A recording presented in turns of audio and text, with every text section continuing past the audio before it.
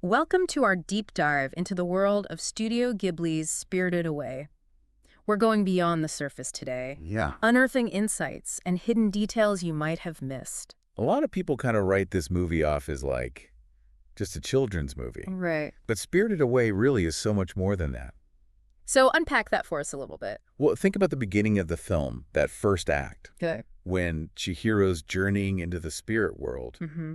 It's dark, unsettling imagery. Definitely. And it's not just for atmosphere. Right. It sets the stage for deeper themes. Okay. Like fear of the unknown, things that we all grapple with growing up. You know, something I always found interesting is the Yeah. subtle coldness that Chihiro's mother has towards her. Oh, yeah, that's a great observation. Yeah. What do you make of that? It could be tied to something the film only hints at, Hmm.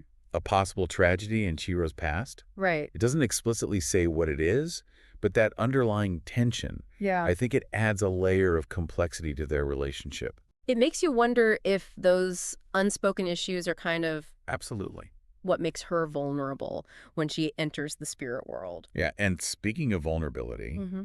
let's talk about food Okay. in the spirit world. Yeah, the role of food. It's not just about sustenance, right? If you don't eat, you start fading away. Precisely. It's about existence. Right. Those who partake, those who engage with the spirit world, they thrive.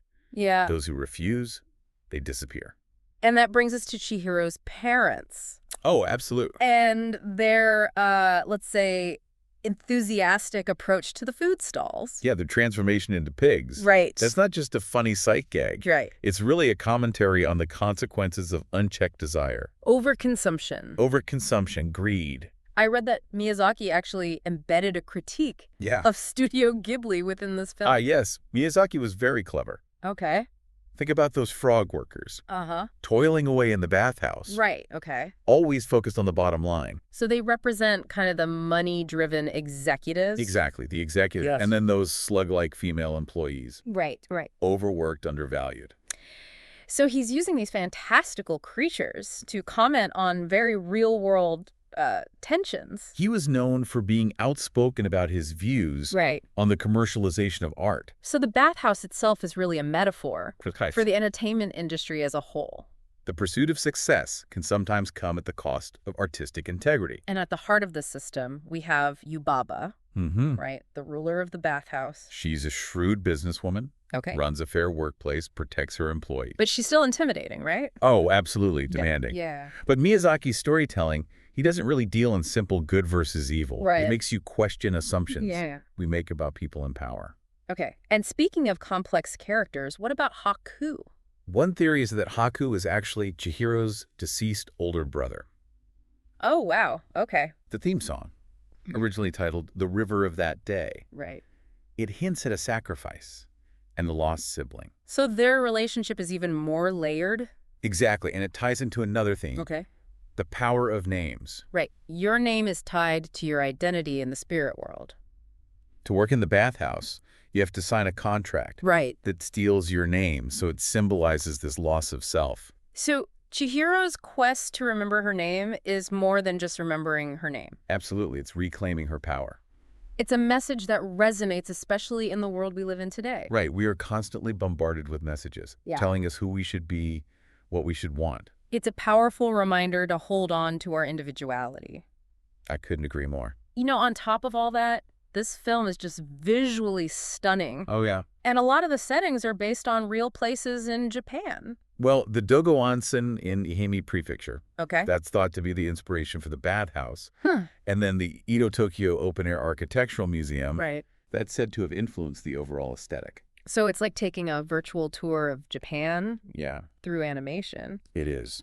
And speaking of journeys, the ending of this film, Yeah. it's ambiguous. We never know where Chihiro and her family end up. Right, it speaks to the idea that home isn't always a fixed location. Okay. It's a feeling, a sense of belonging and purpose that we're always seeking. So Chihiro's journey is about more than just going back to her old life. It's about finding a new place where she can be herself. We've only just scratched the surface here. Yeah, we've just started. We'll be back in our next segment That's right. to delve even deeper. Looking at the production, the real-life inspirations, uncovering even more of Miyazaki's hidden critiques. Can't wait. It'll be great. You know, it's amazing how Miyazaki brings these characters to life. Mm-hmm. But did you know that the family at the heart of Spirited Away Yeah. is actually inspired by real people. Wait, really? Yeah, Miyazaki was close friends with a Japanese television producer, Faye, and his young daughter. Wow. He actually spent time with them Huh. to understand children's perspectives. That's cool. So he was drawing on real-life observations He was. for these characters. And what's even more fascinating Ah. is how Miyazaki subtly critiques Okay. within the film. Really? How so? Well, remember that scene where Chihiro's parents gorge themselves at the food stalls? Oh, yeah. One of the most memorable scenes. Miyazaki saw parallels Okay. between that scene Mm-hmm. and how some adults prioritize their own desires, Right. sometimes neglecting the needs of their children. Interesting. It's a subtle jab at Poyen. So the parents' transformation into pigs isn't just about greed. Exactly. It's about a failure to connect with their child. It is. It makes you think about the choices we make It does. and how they impact those around us. Yeah, and Miyazaki's critique goes even further than that. Okay. He uses the film to comment on the Japanese animation industry, Really? even his own studio. Ghibli. He critiques his own studio. He does. Wow. It's really clever how he weaves this social commentary into the story. Okay, so give me an example. Well, remember those frog workers? Yeah. They represent the executives at Ghibli. Specifically. The ones who prioritize profits over artistic integrity. Over the art itself. Over the art. Okay. And then you've got those overworked, slug-like female employees. Right. They're stand-ins for the animators. Wow, so he felt that the animators were being exploited. You did, yeah. That's pretty bold to critique your own company. It is. It's a very bold move. Like, did anyone at Ghibli notice this at the time? Surprisingly, no. It flew under the radar. So he managed to sneak this in? He did. A secret message hidden in plain sight? In plain sight. Makes me want to rewatch it. You should. With a new perspective. With a new lens, yeah. So there's even more layers to uncover. Oh, there are. Like, for example, I was thinking about the bathhouse, Mm-hmm. the architecture. Yeah, the unique architectural style. It doesn't really look like a traditional Japanese building. It doesn't, and that was deliberate.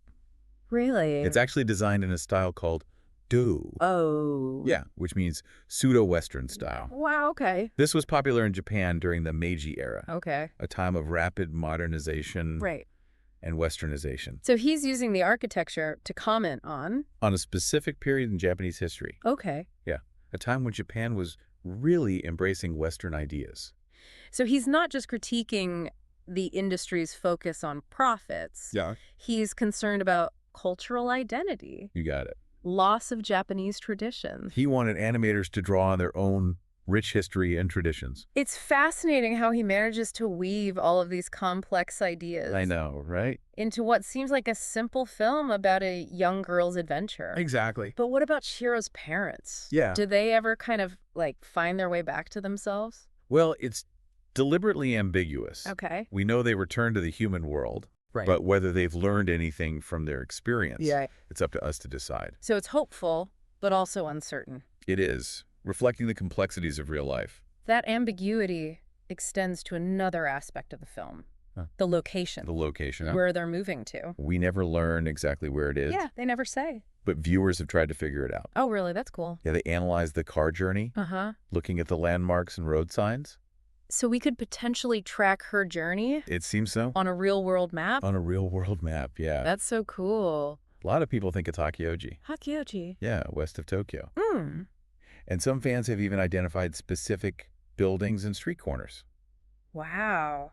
It's like a treasure hunt. It is like a treasure hunt. Piecing together the puzzle. It shows the level of detail and thought that Miyazaki put into it.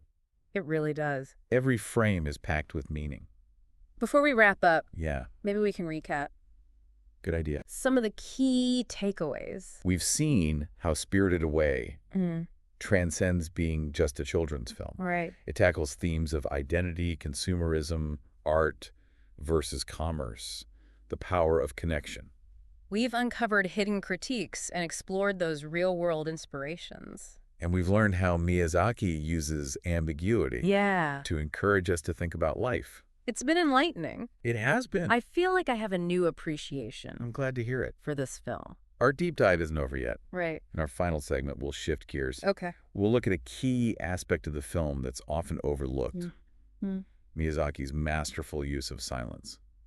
We've talked about the symbolism, the critiques, the real-world inspirations. It's really amazing how much he packed into this film. It is. It all comes together so seamlessly. Yeah, Miyazaki is a master storyteller, He really is. able to layer all this meaning Yeah. without overwhelming the audience. There's one aspect of Spirited Away we haven't really touched on yet. Oh, I know what you're going to say. Is- The silence. The silence, yeah.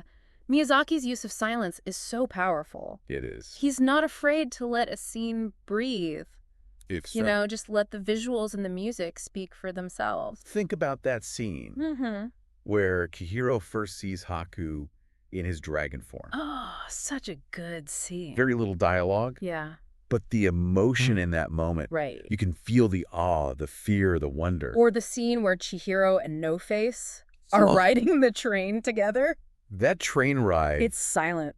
it's both literal and metaphorical. Yeah. And the silence during that ride, it just speaks volumes. Yeah, it's like we're invited to contemplate the meaning of their journey. You're right. It's like Yeah. Miyazaki understands that sometimes Mm-hmm. the most powerful moments are the ones without words. He trusts us He does. as the audience. To fill in the blanks ourselves. Right, with our own interpretations. Just in those quiet moments. Yeah. That the magic of Spirited Away comes alive. I think it allows us to experience the film. Mm-hmm. Not just through our minds, but through our hearts. You said it perfectly. It's such a powerful reminder that less is more. Sometimes, yeah. Silence can be just as evocative. Absolutely. As- It's a testament to Miyazaki's confidence Yeah. as a filmmaker. Right. That he's willing to embrace that silence. It's a reminder to us as viewers Yes. to be more mindful of silence in our own lives. To step back from all the noise. Yeah, and just be present in the moment. Beautiful. So we've explored so much about Spirited Away today. I have. The hidden meanings, real-world inspirations, the power of silence. Uh-huh. I'm curious, what do you think is the most significant aspect of the film? For me, it's the film's belief in empathy and compassion. That's a good one. Despite the fantastical setting, Right. all the strange creatures, Mm-hmm. at its heart, it's a story about human connection. It reminds us that even when we're faced with fear and uncertainty, Yeah. we can still connect with each other. We can find common ground. It's about seeing the humanity in everyone. Exactly. Even those who seem different. Chihiro starts out as kind of this scared and selfish child, She does. but she learns to open her heart. Through her experiences. Yeah. She learns to see their struggles and their strengths It's a lesson that's so relevant today. in a world that's so divided. Yeah, exactly. Spirited Away reminds us to look beyond our own perspectives And to really connect with others. on a deeper level. As we reach the end of our deep dive, Yeah. what's one final thought you want to leave our listeners with? I would say pay attention to the color. Ah, the color. Miyazaki's use of color is incredibly deliberate. Interesting. Notice how it shifts Mm-hmm. as Chihiro journeys through the spirit world. What do those colors symbolize? It's like another layer Yeah. waiting to be decoded. Spirited Away is a film that really rewards close attention, It does. repeated viewings. And thoughtful reflection. It's a journey that stays with you It does. long after the credits roll. We hope this deep dive has enriched your understanding of this film. And that it's inspired you to keep exploring. I think we all have a lot to think about. We do. Thanks for joining us. It's been a pleasure.